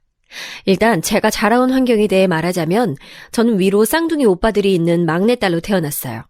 쌍둥이 오빠들은 일란성이라 서로 되게 닮았는데 자세히 보면 얼굴에 있는 점의 위치가 한 명은 눈 밑에, 다른 한 명은 볼 가운데에 있어서 그걸로 구분하곤 합니다. 제가 기억하는 아주 어린 시절은 되게 행복했던 기억밖에 없어요. 어렸던 제가 느꼈을 정도로 집안은 화목했고 아버지와 어머니도 자식들에게 다정하고 사랑을 많이 주시던 분들이셨어요. 특히 아버지는 제가 3남매의 유일한 딸이라 얼마나 애지중지했는지 몰라요. 물론 아버지니까 오빠들도 사랑하셨는데 막내딸에 대한 사랑이 지극해서 오빠들 몰래 과자도 사주시고 똑같은 잘못을 해도 저는 혼나지 않는 경우도 많았어요. 그런 모습을 보고 오빠들은 질투하거나 그러진 않았고 오히려 오빠들도 저를 많이 예뻐해서 본인 친구들과 노는 자리에 데리고 가기도 했습니다. 오빠가 둘이나 있으니 어렸을 때부터 제 성격은 굉장히 활발했고 학교에서도 나서기를 좋아해 선생님들의 사랑을 많이 받았어요. 반장도 여러 번 했었고 친구들과 교우 관계도 아주 좋았습니다. 우리 아버지는 오빠들과 제 친구들 사이에서 아주 유명했는데 어른의 도움이 필요할 때 제일 먼저 나서는 사람이 우리 아버지였기 때문이에요. 그리고 아버지가 퇴근하며 집에 오다 골목길에서 노는 우리를 발견하면 친구들을 다 데리고 식당에 데려가 밥을 먹이거나 혹은 슈퍼에 가서 아이스크림을 하나씩 사주곤 했어요. 그런 아버지가 너무 좋아 전 아버지 곁에 껌딱지처럼 붙어있는 경우가 아주 많았고 명절에 큰아버지는 그런 저를 보며 나중에 결혼은 어떻게 하냐고 웃으며 묻기도 하셨죠. 하지만 그런 걱정은 하지 않아도 됐는데요. 왜냐하면 아버지는 오빠들이 중학생 때 그리고 제가 초등학교 5학년 때 교통사고로 우리 곁을 먼저 떠나셨기 때문입니다. 모든 교통사고가 그렇듯 너무 갑작스러운 소식이었고 또 그날은 오빠들의 생일 바로 전날이라 잊고 싶어도 그럴 수 없는 날짜예요. 오빠들의 생일을 맞아 돈가스를 먹으러 가자고 했었는데 그 식당에는 가지도 못하고 돌아가신 아버지였어요. 가족들이 병원에 갔을 땐 이미 돌아가신 상태였고 트럭이 덮친 거라 그 자리에서 즉사하셨다고 했습니다. 아버지 말고도 다른 사망자가 있을 정도로 꽤 큰 사고였는데 우리가 살던 동네 어귀에서 돌아가신 거라 동네가 아주 초상집이었죠. 워낙 우리 부모님이 주변 주민들과도 친하게 지냈고 지금 시절과는 다르게 서로 이웃들이 가깝게 지내던 때라 혼자 남은 어머니를 이웃들이 많이 챙겨주셨어요. 그래서 심적으로 많은 도움을 받았는데 그건 너무나도 고마웠지만 현실적으로 경제적인 어려움이 집에 닥치기 시작했습니다. 물론 가해자에게 돈은 받았는데 그걸로 자식 3명을 키우기는 너무 어려운 문제였어요. 어머니는 성인이 되고 이렇다 할 직장을 가지지 않고 아버지를 만나 결혼한 상태라 어디서 일해본 적이 아예 없었습니다. 그래서 급한 대로 식당에 가서 일을 구하려고 해도 워낙 작은 동네라 이미 일하는 분들이 있어 그것도 쉽지 않았어요. 일자리가 많은 서울이나 광역시면 몰라도 지방에 있는 소도시에서는 일 구하는 게 참 어려웠다고 합니다. 친척들도 우리 사정을 안타깝게 여기시고 금전적으로 도와주려 했는데 그것도 한계가 있었고 또 언제까지 도움만 받을 수는 없어서 결국 어머니는 공장을 알아보셨는데 공장도 다른 지역을 가야 해서 생계를 위해 우리 가족은 다른 동네로 이사가게 됐어요. 차로 30분 정도 떨어져 있는 지역이었는데 거기는 나름 중소도시라 공장도 많았답니다. 어머니는 새로 이사한 곳에서 음식을 제조하는 공장에 다니셨는데 돈을 위해 잠도 자지 않고 깨어있는 시간을 거의 다 공장에서 보내셨어요. 잔업도 일부러 하며 돈을 한 푼이라도 더 벌려고 노력하셨습니다. 심지어 공장에서 간식으로 나오는 빵과 음료수도 먹지 않고 우리 먹으라고 가져다 주실 정도로 열심히 사셨어요. 그런 모습을 보고 친척들이 정 힘들면 막내인 저라도 보내라고 잠깐 키워주신다고 하셨는데 어머니는 단호하게 거절하셨습니다. 안 그래도 아버지 돌아가셨는데 저까지 다른 집에 보내면 식구들이 뿔뿔이 흩어진다고 싫어하셨어요. 저 또한 아무리 친척들과 사이가 좋은 편이어도 남의 집 가기는 싫었습니다. 그래서 저는 만족했는데 문제는 쌍둥이 오빠들이었어요. 초등학생이었던 저와 달리 아예 사춘기 시절이었던 오빠들은 이사와 아버지의 부재가 크게 다가왔었나 봐요. 둘이 워낙 성격이 활발하고 또 밖에 나가 노는 것을 좋아하긴 했는데 새로 이사간 곳에서는 좀처럼 쉽게 적응하지 못했습니다. 교우 관계가 좋아 새로 친구를 사귈 생각에 신나했었는데 무슨 일인지 자꾸 어울리지 못했고 결국 밖에서 떠돌게 됐어요. 하필 엄마가 공장에 가서 일하니까 집에 없는 시간이 더 많았는데 주위에서 그런 우리 집을 좋은 시선으로 바라보진 않았거든요. 워낙 지역색이 강했던 곳이라 더 그럴 수도 있는데 작은 소문은 거듭할수록 불어나서 나중엔 우리 삼남매가 고아라는 소문까지 났습니다. 엄마가 있다는 소식을 알자 나중에는 몇십 년이 지나 사연을 제보하는 지금도 입에 담기 힘들 정도인 소문까지 나서 얼마나 힘들었는지 몰라요. 저는 그래도 아직 초등학생이라 애들이 많이 놀리거나 그러진 않았는데 오빠들은 남자 중학교에 다녀서 많이 힘들어했습니다. 그래도 쌍둥이라 혼자가 아니라 그런지 오빠들은 그런 괴롭힘에도 둘이 의지하며 지냈는데 그것조차 꼴보기가 싫었던 건지 괴롭힘은 날이 갈수록 심해졌어요. 그러다 보니 나중에는 오빠들도 참지 않고 반격했는데 이번엔 그랬더니 불량 학생들로 낙인이 찍혔습니다. 안 그래도 아버진 돌아가시고 이사 와서 다 새롭고 엄마는 집에 안 계시는데 학교에서까지 적응이 힘드니 오빠들은 그때부터 엇나가기 시작했어요. 오토바이를 주워 타고 다니고 고등학교 형들과 어울리며 학교에도 자주 나가지 않았습니다. 학교에서 선생님이 엄마를 불러도 엄마가 공장에 계시니 갈 수가 없어서 오빠들에 대한 시선은 날이 갈수록 좋지 않았어요. 특히 고등학교에 가서는 우리 집 사정을 알고 놀리던 같은 학교 학생을 때려 교무실로 엄마가 가게 됐는데 하필 맞은 학생이 학부모회 회장의 아들이라 징계를 받기도 했습니다. 그래도 제 오빠들이니까 조금 말을 보태자면 절대 가만히 있는 학생들을 때리거나 그러진 않았고 오로지 우리 가족을 욕하거나 저를 괴롭히는 학생들만 응징해줬던 거예요. 하지만 오빠들과 제가 아무리 억울해도 남들 눈에는 그저 불량 학생이었고 문제아였죠. 엄마도 나중에 그 사실을 알고 얼마나 속상해했는지 모릅니다. 한술 더 떠서 그때 당시 엄마는 생활비가 부족해서 대출을 받았는데 은행에서 빌리기도 했지만 급한 대로 사채를 썼던 적이 있었어요.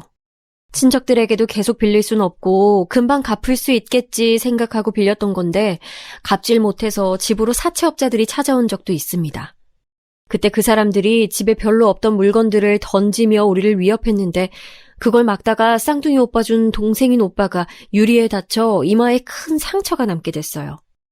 그 이후로 오빠들에 대한 시선은 더 안 좋아졌고 가난하고 아빠도 없는 우리 집에 대한 편견은 더 심해지게 됐습니다. 그래서 저는 저라도 우리 가족에 대한 선입견을 벗어나게 하려고 정말 열심히 공부했어요. 저도 간간히 가정환경에 대해 놀리는 친구들이 있긴 했지만 오빠들이 응징한 이후로는 많이 줄어들었고 나중엔 아예 없는 지경까지 갔습니다. 오빠들은 본인들은 그렇게 밖에서 놀아도 저한텐 다정하진 않아도 그래도 괴롭히거나 그러진 전혀 않았어요. 그래서 더 공부에 집중할 수 있었는데 다행히 그런 저를 담임 선생님이 굉장히 좋게 봐주셨습니다. 말썽 일으키지 않고 혼자 조용히 공부만 하던 제가 예뻤나 봐요. 다른 건 몰라도 예의 바르게 행동하는 것은 항상 강조했던 부모님의 말씀대로 인사를 잘했더니 공부도 잘하는데 예의도 바르다고 선생님들은 저를 좋아하셨습니다. 그래서 다른 친구들과 달리 여유가 부족해 문제집을 살 형편도 아니었는데 그걸 아시고 저에게 남는 문제집을 주시거나 혹은 급식비를 대신 내주시기도 했어요. 진짜 집에 돈이 없어서 오죽하면 소풍에도 가지 못할 지경이었는데 몰래 가게 해주시기도 하실 정도였어요. 제 인생의 은사님이신데 어렸던 저에게 다정한 담임선생님의 인상은 크게 남아서 그때부터 저도 교사의 꿈을 가지게 됐습니다. 그리고 오빠들은 고등학교에 다니다 자퇴를 하게 됐는데 그때 엄마가 너무 속상해하셔서 얼마나 많이 우셨는지 몰라요. 엄마는 저를 붙잡고 하소연하시며 자기가 얼마나 힘들게 일하는데 오빠들이 저럴 수 있냐고 엉엉 우셨는데 그 모습을 보고 저도 마음이 아파 오빠들에게 꼭 자퇴해야 하는 거냐고 물었습니다. 우리 인생 우리가 알아서 할게. 신경 쓰지 마. 아니, 그래도 졸업은 하는 게 맞지 않아? 엄마 속상해하는 거 안 보여? 한 명이라도 졸업하면 되잖아. 아, 왜 이런 것까지 둘이 똑같이 그래? 넌 네 인생 살아. 이렇게 된 마당에 학교가 무슨 소용이야. 학교가 우리 집 먹여 살려? 아니잖아.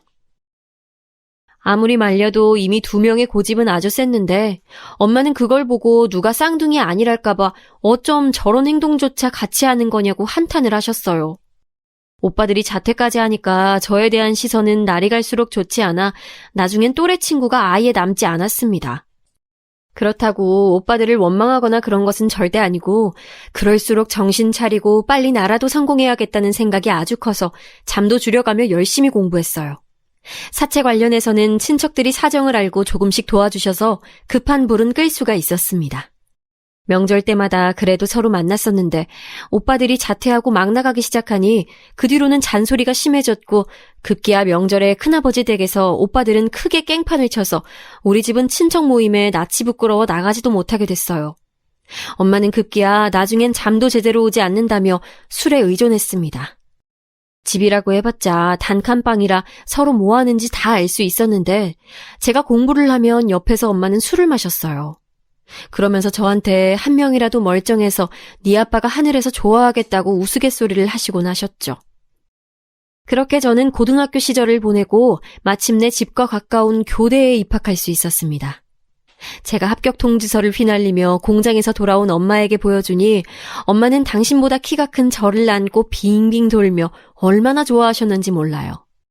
저는 장학금을 받고 입학했기 때문에 엄마에게 주는 부담도 없었고 그런 저를 엄마는 자랑스러워하며 아빠가 계신 무덤에 가서 합격증을 놓고 술을 따라주고 오셨습니다. 교대에 입학하자 소식을 듣고 저를 유난히 예뻐하셨던 선생님께서 크게 기뻐하시며 심지어 눈물까지 보이셨는데 그 순간을 잊을 수가 없네요. 오빠들은 그때 당시 무슨 양아치 무리에 들어가서 건달인지 뭔지 그 생활을 하느라 집에 오지도 않았는데 그래서 나중에 제 합격 소식을 듣게 됐답니다. 오빠들이 그렇게 건달 생활을 하며 지내는 동안 엄마는 그래도 자식이라고 집에 오면 밥을 챙겨주시고 끝까지 내치지 않으셨어요. 저도 나중에는 오빠들에게 지금이라도 늦지 않았으니 정신 차리고 빨리 일반적인 생활을 하라고 했더니 신경 쓰지 말라는 답이 들려와 그 뒤로는 뭐라 하지 않았습니다. 대신 제가 할 수 있는 것인 공부를 대학에 가서도 참 열심히 했어요. 장학금 타고 학교에 다녔으니 등록금 문제는 없었고 기본적인 용돈은 제가 과외를 하며 벌었습니다. 그래서 성인이 되고 나서는 엄마에게 용돈을 받은 적이 단 한 번도 없었어요. 그 덕에 우리 집은 예전처럼 가난하진 않았지만 그렇다고 풍족하지도 않았습니다. 예전엔 먹을 수 없었던 간식을 먹게 되는 정도라고 말하면 이해하실까요? 진짜 우리 집이 어려웠을 때는 과일도 사 먹지 못할 정도였거든요.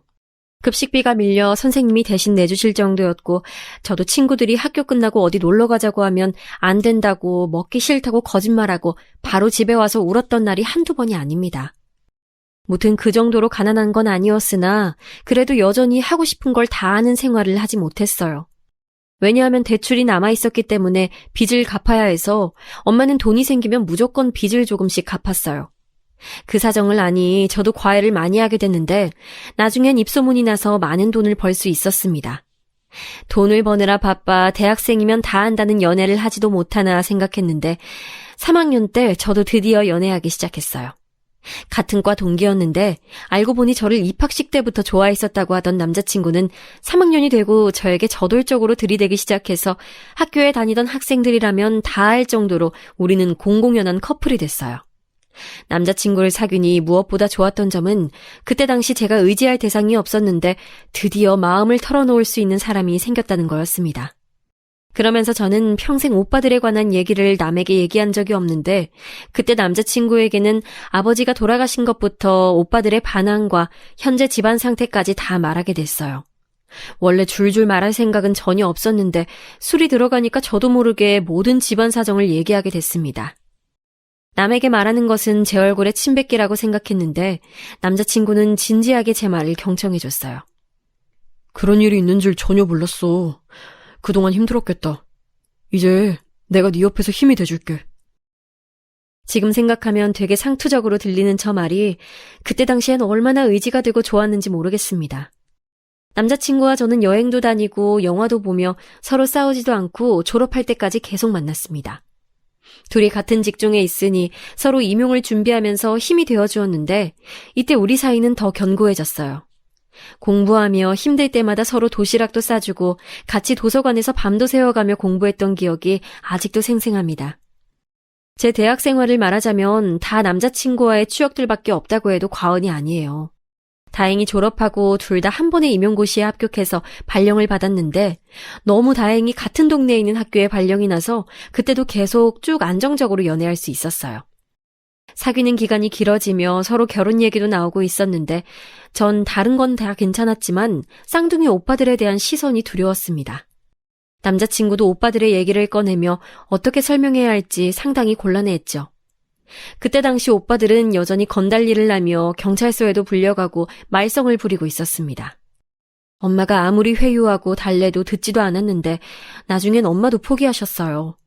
그래서 시댁에 어떻게 말해야 할까 고민하던 와중에 우연히 사건이 하나 터지게 됐습니다. 바로 엄마가 갑자기 쓰러져서 병원에 입원하시는 상황이 일어났어요. 다행히 생명이 위독한 큰 병은 아니었지만 자주 병원에 와서 주기적으로 검진해야 하고 약도 많이 먹어야 낫는다고 의사는 말했습니다. 입원도 2주나 하셔서 제가 학교에 적응하기도 바쁜데 엄마까지 아프시고 남자친구랑은 결혼 얘기도 해야 하고 너무 머리가 아파 살이 아주 많이 빠지게 됐어요. 그때는 모든 게 저한테 버거웠고 세상이 원망스러웠습니다. 그래서 오빠들에게 태어나서 처음으로 큰 소리를 내며 엉엉 울며 말했습니다. 제발 정신 차리라고. 언제까지 그러고 살 거야. 엄마 아픈 거 안 보여? 이러다 엄마까지 돌아가시면 어떡하려고 그러는 거야. 뭐라고? 엄마가 아파? 그럼 미리 말했어야지. 오빠들은 제 말을 듣고 병원에 가서 엄마를 봤는데 실제로 이제 평생 달고 살아야 하는 병이라는 소리를 듣고 충격을 받은 것 같았습니다. 그리고는 놀랍게도 둘은 조직 생활을 청산하고 나오게 됐어요. 한 3주간 집에 들어오지 않더니 갑자기 와서 자기들이 이제 새로운 인생을 살 거라고 말하는 모습을 보고 내심 뿌듯하더라고요. 나오면서 듣기로는 손가락을 자르거나 그런 일도 있다던데 제가 자세히는 모르지만 적어도 오빠들의 손가락은 10개씩 다 있는 걸로 보아 나름 좋게 나온 것 같더라고요. 그리고 쌍둥이들은 본인들도 이제 새로운 생활을 하겠다며 가장 먼저 검정고시를 따기 시작했어요. 제가 직업이 교사라서 옆에서 좀 봐줘야지 싶어 봤는데 생각보다 너무 멍청해서 얼마나 놀랐는지 모릅니다. 아무리 중학생 때부터 공부를 놨어도 이 정도인가 싶어 우리 학생들이 더 공부를 잘하는 것 같아 황당함에 말을 잇지 못했어요. 그래도 자기들 나름대로 꼭 따겠다고 열심히 공부하는 모습을 보니 기특하기도 하고 응원해주고 싶어 열심히 인내심을 가지고 가르쳤습니다. 엄마는 오빠들이 정신 차리고 이제 새로운 인생을 시작하겠다는 소리를 듣고 너무 기뻐하셔서 병이 다 나은 기분이라고 하셨어요. 실제로 병원에서도 원인을 모르겠다고 혹시 스트레스를 많이 받고 있냐고 물었기 때문에 저는 원인이 오빠들이라고 생각을 하고 있었거든요. 그렇게 제 결혼 전에 오빠들은 검정고시도 따고 엄마가 우리 몰래 모아두었던 돈으로 시장에 정육점을 하나 열게 됐습니다. 재개발되며 작았던 동네에 아파트가 들어서며 인구도 늘어나고 있어서 더 우리 가족에 대한 낙인이 있지도 않았고 오히려 모르는 얼굴이 더 많았기에 가능한 결정이었어요. 오빠들이 정육점까지 열고 난 뒤에는 드디어 제 결혼을 본격적으로 준비하기 시작했습니다. 저는 남자친구와 연애하며 한 번도 싸운 적이 없어서 결혼 준비도 무난하게 할 줄 알았는데 그건 너무나 큰 착각이었어요. 다들 결혼 준비하다 아예 파혼도 있을 정도로 많이 싸운다고 하던데 그게 어쩌면 저한테 일어날 수도 있겠다고 생각을 했습니다. 다른 것보다 시댁에서 요구하는 게 많았는데 시댁은 우리 집이 여유롭지 않은 것이 마음에 들어하지 않으셨어요. 물론 남자친구와 제가 둘 다 교사니까 저 개인 자체는 좋아하셨는데 가정 형편을 보고는 썩 그렇게 만족하지 않아 했습니다. 그도 그럴 것이 남자친구의 부모님은 식당을 아주 크게 하고 계셔서 집안이 여유로웠어요. 집안끼리 재정 상황이 비슷하지 않아 서로 원하는 게 달라 순조롭게 진행되진 않았지만 결론적으론 그래도 시댁에서 많이 맞춰주셨습니다. 집을 얻어주셔서 혼수는 제가 모아놓은 돈으로 했고 같은 지역이라 결혼식도 지역에서 올리게 됐는데 시댁 하객 수를 보고 깜짝 놀랐어요. 장사하는 집이라 그런가 하객이 너무 많이 와서 결혼식장이 북적거렸습니다. 약간 기에 눌리기도 했고 부럽기도 하고 생각하며 하늘에 계신 아버지 생각이 많이 났어요. 그렇게 저를 예뻐하셨는데 아마 살아서 결혼식을 보셨으면 얼마나 좋아하셨을까 생각도 하고 하늘에서 편안하고 행복하게 지켜보고 있겠지 생각하며 마음을 가다듬었습니다. 그리고 신혼여행을 다녀왔는데 우리 부부는 그 신혼여행에서 아기가 생겼어요. 시댁에서는 손주를 최대한 빨리 보고 싶어 하셔서 시아버지가 크게 기뻐하셨고 용돈도 많이 주셨습니다. 우리 집에서도 엄마와 오빠들이 기뻐하며 없는 살림에 많이 챙겨주셨는데 특히 오빠들이 본인들은 결혼 생각이 없다고 이제 버는 돈은 다 자기들 조카에게 쓰겠다고 하며 생각지도 못한 금액을 주기도 했어요. 저는 됐으니까 정신 똑바로 차리고 살라고 하며 돈을 돌려줬는데 오빠들은 확실히 제가 봐도 새 사람이 된 것 같았습니다. 엄마는 오빠들도 정신 차리고 저도 결혼하고 임신하니까 스트레스가 없어지셨는지 병원에 가서도 이제 괜찮다는 말을 듣게 되어 얼마나 기뻤는지 몰라요. 친정은 문제가 없었는데 문제는 시댁이었습니다. 남편은 저와 달리 외동이라 형제가 없었는데 그래서 그런가 시어머니가 남편에게 생각보다 훨씬 많이 의지하는 상황이었어요. 시아버지도 멀쩡하게 있는데 시어머니는 어디 은행에 가거나 다른 동네에 갈 일이 있으면 꼭 남편에게 연락해서 데려다 달라고 하시더라고요. 남편도 일하는 사람인데 자꾸 그렇게 부탁하니 퇴근하고 집에 와서도 쉴 수가 없었고 무엇보다 주말에 제대로 된 데이트도 할 수가 없어 곤란했습니다. 제가 불편한 티를 내면 남편은 자식이 하나라 그런 거라고 시어머니를 두둔해서 뭐라 할 말이 없었죠.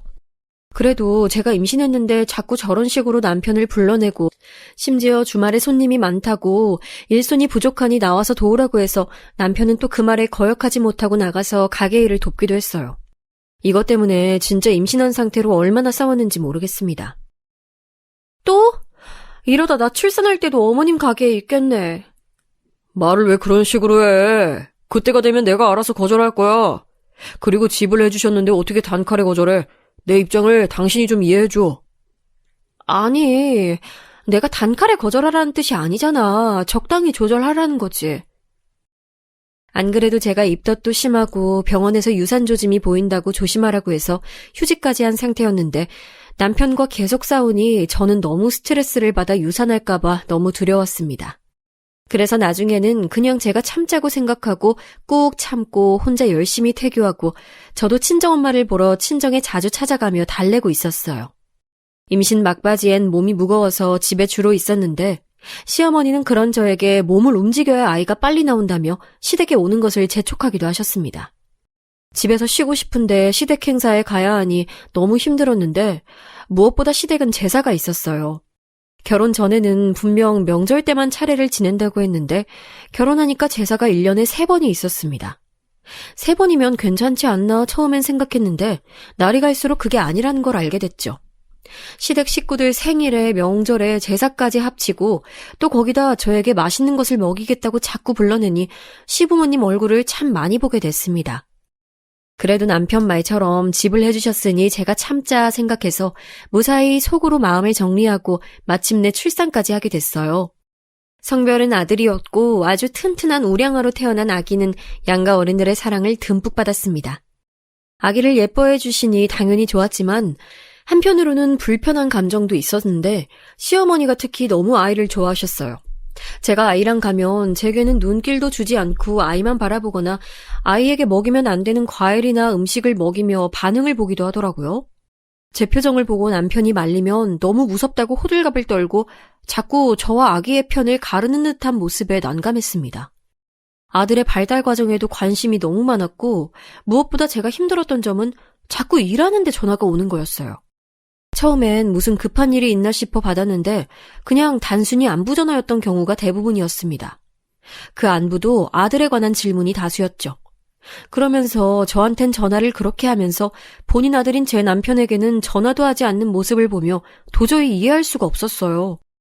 이런 거에 대한 불만을 남편에게 말하면 남편은 그냥 제가 편하고 좋으니까 그런 거라고 하던데 그런 남편의 모습도 이해할 수 없었습니다.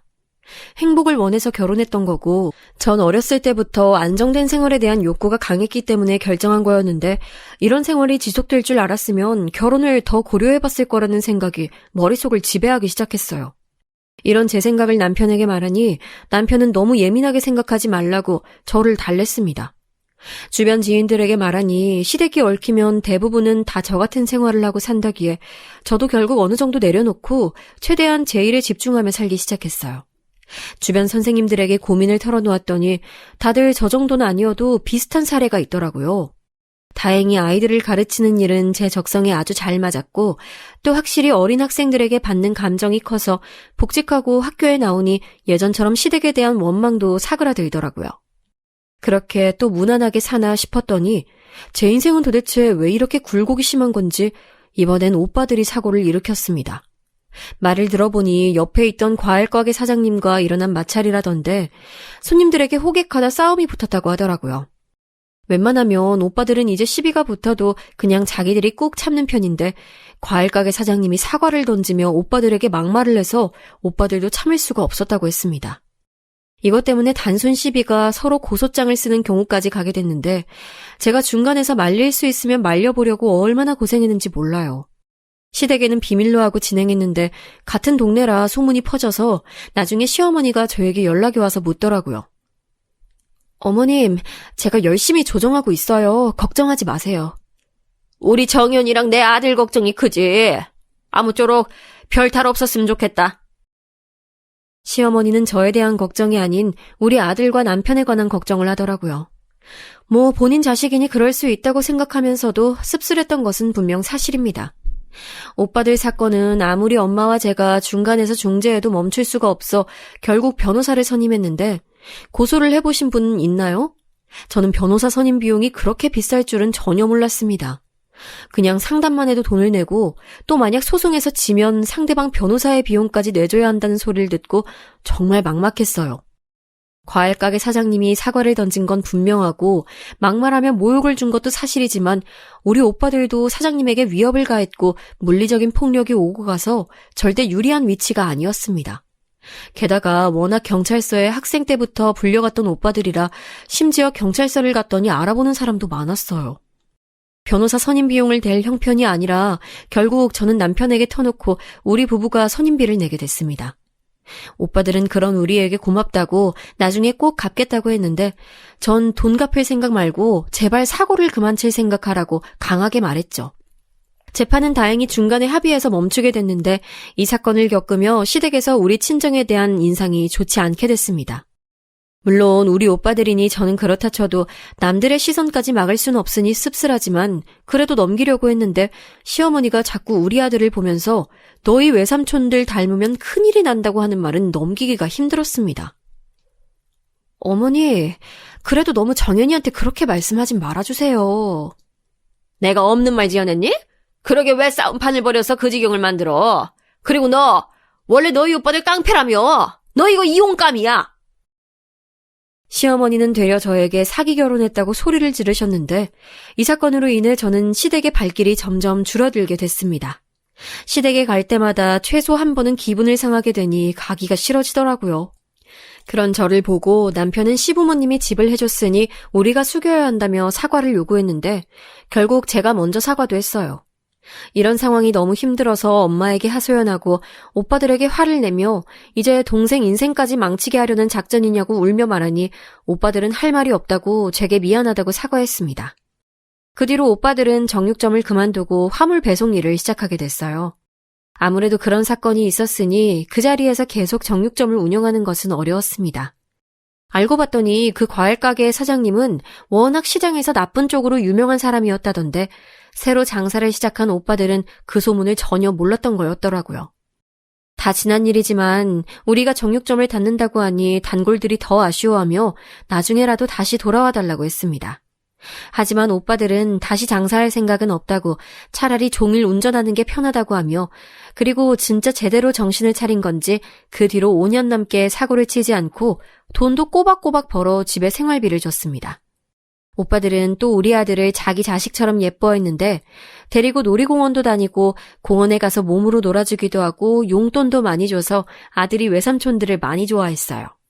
아들이 특히 축구에 관심이 아주 많았는데 그걸 알고 오빠들은 아들하고 시간이 날 때마다 가서 공을 찼어요. 우리 아들은 오히려 아빠보다 외삼촌들과 지내던 시간이 많을 지경이었죠. 남편은 제가 아무리 말해도 알겠다고 대답만 하고 주말에는 피곤하다고 종일 누워만 있으면서 아이와 제대로 놀아주지 않았습니다. 차라리 이렇게 놀아주는 사람이 있으면 그러려니 할 텐데 시어머니는 도움은 주지 않고 아들에 관한 관심만 많으니 나중엔 아들도 그런 관심을 부담스러워했죠. 아무튼 오빠들은 특히 제가 시댁 때문에 힘들어하면 머리를 식히고 오라고 아들을 대신 봐줘서 남편과 둘이 여행을 다닐 수 있었습니다. 교사라서 방학 때 시간이 많았는데 그때도 본인들은 괜찮으니 남편과 둘이 시간 보내라고 일까지 쉬면서 저를 많이 도와줬어요. 그러다 우리 아들이 중학교에 입학했던 해에 믿을 수 없는 사건이 일어나게 됐습니다.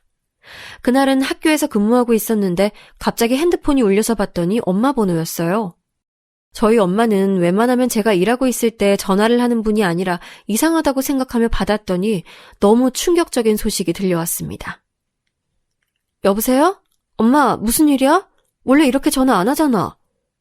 어떡하니, 어떡해. 너희 오빠들 지금 병원이래. 사고 났어. 뭐? 일단 병원 주소 알려줘. 수업이 끝나고 달려간 병원에선 오빠들이 급하게 긴급수술을 하고 있었어요. 말을 들어보니 둘이 원래 따로 운전하는데 그날따라 퇴근을 같이 하려고 같은 차를 타고 있었다고 합니다. 그러다 고속도로에서 사고가 나서 차가 뒤집혔고 심하게 다쳤다고 해요. 수술을 기다리며 엄마랑 밖에서 둘이 손을 부여잡고 기다렸는데 마침내 문이 열리고 의사가 밖으로 나왔습니다. 침울한 표정으로 마지막 인사를 하라고 하는 말을 듣고 저는 온몸에 피가 식는 기분이 들었어요. 엄마는 옆에서 주저앉아 오열하고 간신히 정신을 붙잡고 전혀 희망이 없는 거냐고 물었더니 의사는 죄송하단 말만 하더라고요. 의사 선생님은 최선을 다했으니 원망할 수 없었고 오빠들을 보러 각자 다른 수술방에 들어갔는데 둘 다 어쩜 그렇게 많이 다쳤는지 너무 고통스러워 보였습니다. 너무 힘들어 보여서 보내주는 게 좋다고 생각했어요. 오열하고 정신을 제대로 차리지 못하는 엄마를 달래며 서류 작성을 하고 장례식장을 잡았습니다. 남편도 일이 끝나고 왔고 친척들에게도 소식을 알렸어요. 친척들은 장례식장에 한 걸음에 달려와서 우리를 위로해줬습니다. 분명 어렸을 때는 5명이었던 우리 가족이 이제 엄마와 저밖에 남지 않았다고 생각하니 눈물이 멈추지 않았어요. 오빠들이 이제 정신 차려서 진짜 엄마한테도 지극정성으로 잘해서 주변에서 부러워할 정도였고 그런 모습을 보며 잠시 연락을 끊었던 큰아버지도 그런 오빠들이 아버지를 닮았다고 하늘에서 아버지가 기뻐하실 거라 했는데 이렇게 되다니 너무 슬펐습니다. 그동안 자기들이 어렸을 때 너무 못했다고 엄마한테 효도를 늦게라도 하겠다고 시간이 나면 좋은 곳에 데려가 같이 여행하고 맛있는 것도 많이 사줬었거든요. 엄마도 그래서 주변에 자랑도 하고 경제적으로도 오빠들이 많이 도와줘서 공장에 더 나가지도 않았습니다. 오빠들은 본인 용돈 제외하고 모든 돈을 엄마를 줬거든요. 둘은 결혼 생각도 전혀 없고 그냥 그렇게 엄마 모시고 살면서 우리 아들과 놀아주며 행복하게 인생을 마감하고 싶다고 했었는데 이제야 우리 가족이 행복하게 사나 싶었는데 이런 일이 발생하다니 너무 슬펐어요. 그렇게 오빠들의 합동 장례식이 끝나고 집에 와서 물건을 정리하는데 참 오빠들의 인생도 굴곡이 많다고 느껴져서 많이 울었습니다. 그리고 엄마가 집에 혼자 남겨져서 많이 외로워하셨어요. 남편도 아들들도 하늘나라로 갔으니 엄마는 홀로 집에 있는 것이 견디기 힘들다고 제게 흘리듯 말씀하셨습니다. 그래서 제가 일부러 더 많이 찾아가고 아들도 데려가서 최대한 엄마를 외롭지 않게 해주려고 노력했어요. 그래도 근본적인 그리움과 외로움은 잠시 옅어질 뿐 아예 사라지지 않았습니다. 그러다 곧 엄마 생신이 다가와서 남편에게 말하고 엄마와 같이 여행을 가려고 준비하고 있었는데 남편이 되게 귀찮아하는 눈치였어요. 그래서 속상한 마음에 남편에게 불만을 얘기했다가 둘이 다투게 됐습니다. 친정집에 가서 여행 날짜를 잡는데 엄마는 우리가 가려고 계획했던 제주도를 작년 이맘때쯤 오빠들과 갔었다고 눈물을 흘리셨어요. 저도 그 말을 듣고 가슴이 아프고 또 아빠도 오빠들도 다 교통사고로 한순간에 떠난 거라 전혀 예고 없이 갔잖아요. 되게 갑작스럽게 가족들 떠나보내는 게 고통스러운 일이라는 걸 교통사고 유가족들은 아실 거예요. 엄마랑 제가 식탁에 앉아 울고 있었는데 그날따라 뭐가 그렇게 마음에 들지 않았던 건지 남편의 표정이 좋지 않았어요. 제가 따로 다른 방으로 불러 무슨 일이 있는 거냐 물으니 왜 시댁 식구들과는 여행을 가지 않으면서 친정엄마랑은 적극적으로 여행을 계획하냐고 하더라고요. 그야 당연히 시어머니는 저만 보면 못 잡아먹어 안달인 것처럼 대하고 또 갈 때마다 핀잔을 주며 자기 아들과 손자가 최고라고 하니 불편한 마음이 있었기 때문이에요. 반면 우리 엄마는 제가 우리 엄마라서 그렇게 말하는 게 아니고 진짜 남편에게 잘해줬습니다. 집에 와도 절대 손 하나 까딱하지 않도록 했고 매번 장서방이라고 부르며 얼마나 잘해줬는지 몰라요.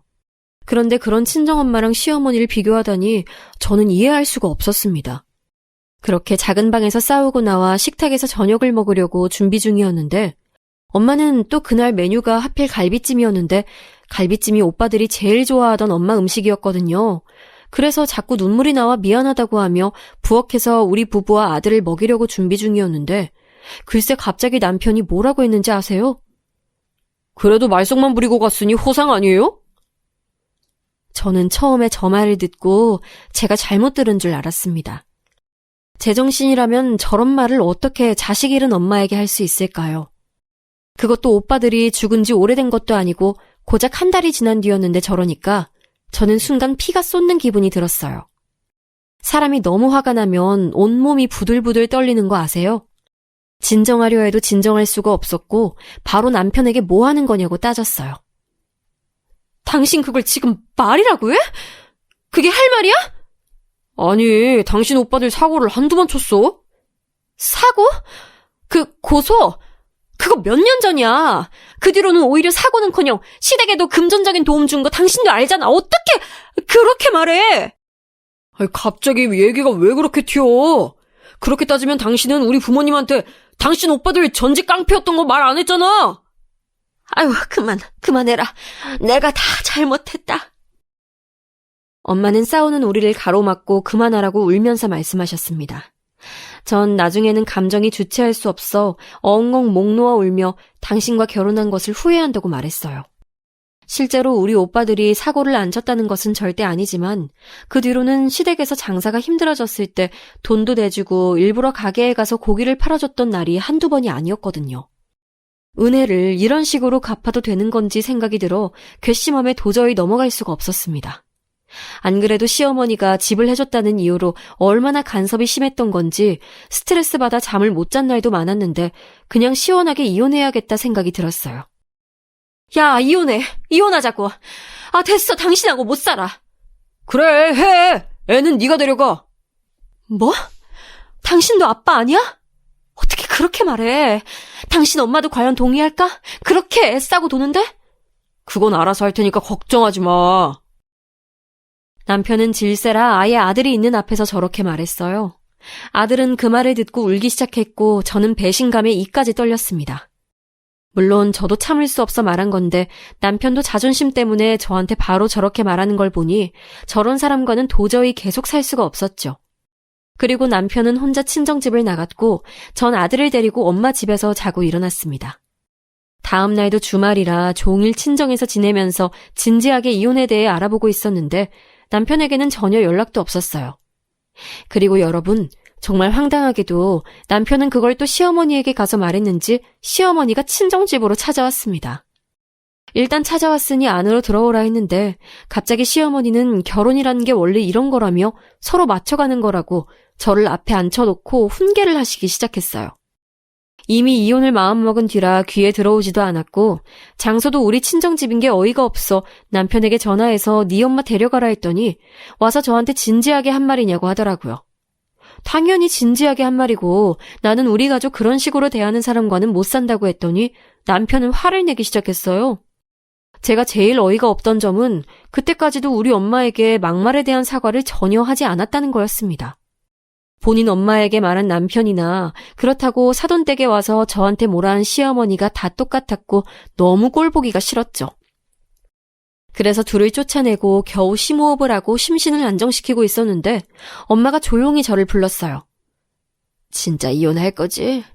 어제까진 나도 지켜보려고 했는데 오늘 너한테 하는 거 보니까 이혼이 답인 것 같네. 당연하지. 나 저 집안 사람들하고는 이제 1초도 같이 있기 싫어. 너무 끔찍해.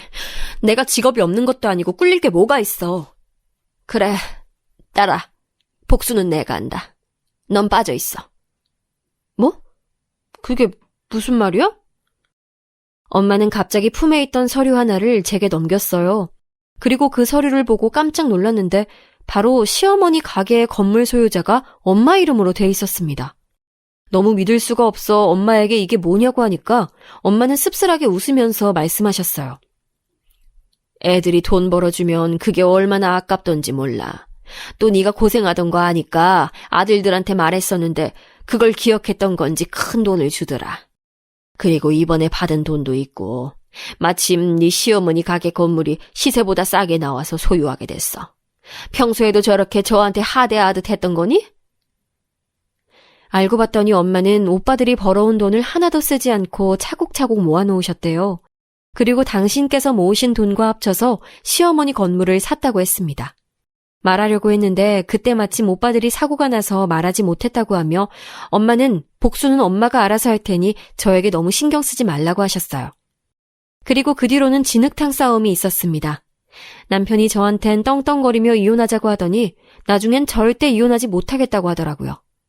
그래서 이혼 전문 변호사까지 선임했고 법정에서 이혼하게 됐습니다.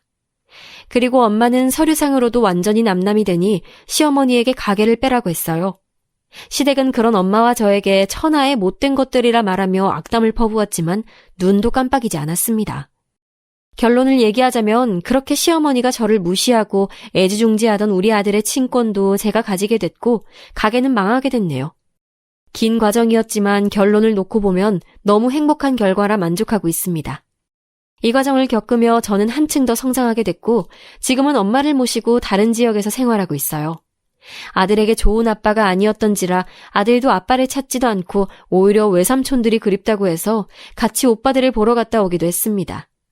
지금은 그래서 완전히 평안해진 상태예요. 전 이제 더 제사도 명절 스트레스도 시어머니 전화만 울려도 머리가 아픈 증상도 전혀 없어졌습니다. 여기까지가 제 사연인데 어떻게 재밌게 들으셨는지 모르겠어요. 사연을 쓰면서 제 인생을 돌아볼 수 있어 참 좋았습니다. 들어주셔서 진심으로 감사합니다. 여러분들도 행복하고 건강한 인생 사시길 진심으로 기원합니다.